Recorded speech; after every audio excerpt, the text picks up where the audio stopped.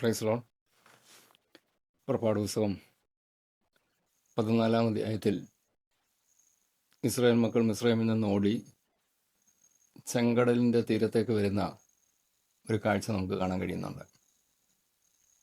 ഏതാണ്ട് 430 വർഷം മിസ്രൈമിൽ അടിമകളായിരുന്നവർ ദൈവം അവരെ വിടുവിച്ചപ്പോൾ അവർ കനാൻ നാടിനെ ലക്ഷ്യമാക്കി യാത്ര ചെയ്യുകയാണ്. ആ യാത്രയിൽ അവർക്ക് ചെങ്കടൽ കടക്കേണ്ടതായിട്ട് വന്നു. മറ്റു ചില വഴികളുണ്ടെങ്കിലും ദൈവം അവരെ കൊണ്ടുപോയത് ആ വഴിയിലൂടെ. ആ ഭാഗം നമ്മൾ വായിച്ചു വരുമ്പോൾ ഇപ്രകാരം കാണുന്നുണ്ട്. 10-ാം വാക്യത്തിൽ ഫറവോൻ അടുത്തു വരുന്നത് മിസ്രൈമ്യർ തല ഉയർത്തി നോക്കി.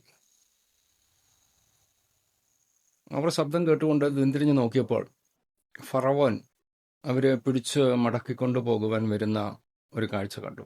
അടുത്ത വാക്യത്തിൽ എഴുതിയിരിക്കുകയാണ്, അവർ ഏറ്റവും ഭയപ്പെട്ടു. അവർ നിലവിളിക്കുകയാണ്, ഭയത്തിൻ്റെ നിലവിളി. ഞങ്ങളെ എന്തിനാണ് കൊണ്ടുവന്നത്? അവിടെ ഇട്ടാൽ പോരായിരുന്നു?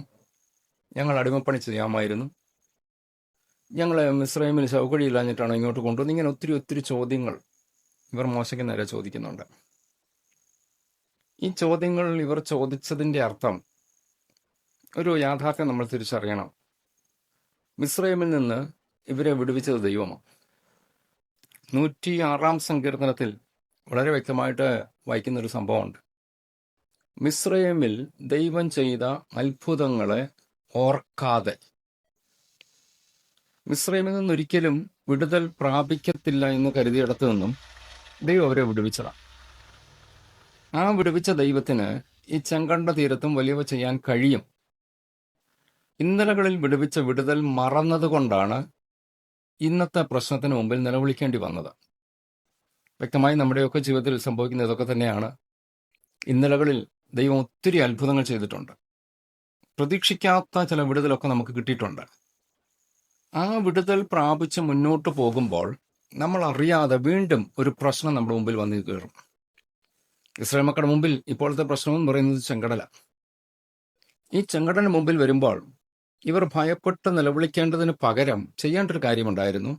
മിസ്രൈമിൽ നിന്ന് ഞങ്ങളെ വിടുവിച്ചൊരു ദൈവമുണ്ടെങ്കിൽ ഈ ചെങ്കടലിൻ്റെ തീരത്തും ഇവിടെയും അത്ഭുതം ചെയ്ത് ഈ പ്രശ്നത്തിൽ നിന്ന് ഞങ്ങളെ വിടുവിക്കാൻ ഞങ്ങളുടെ ദൈവത്തിന് കഴിയും. ഇതായിരുന്നു ഇവർ പറയേണ്ടത്. അതിനു പകരം ഭയപ്പെട്ട് നിലവിളിച്ച് ദൈവത്തോട് പാപം ചെയ്യുന്നു. നമ്മുടെ ജീവിതത്തിൽ ഇതൊക്കെ പലപ്പോഴും സംഭവിക്കാറുണ്ട്. നമ്മൾ ചെയ്യേണ്ട ഒറ്റ കാര്യം മാത്രമേ ഉള്ളൂ. പ്രശ്നം വരുമ്പോൾ ഇന്നലകളിൽ വിടുവിച്ച ദൈവത്തിന്റെ വിടുതലെ ഒന്ന് ഓർത്ത് സ്തോത്രം ചെയ്യാൻ തയ്യാറാകാമെങ്കിൽ ഇന്നത്തെ പ്രശ്നവും പരിഹരിപ്പാൻ നമ്മുടെ ദൈവം മതിയായവനാണ്. അപ്രകാരം ഒരു ജീവിതം നയിപ്പാൻ കർത്താവ് സഹായിക്കട്ടെ. Have A tension free life. God bless you.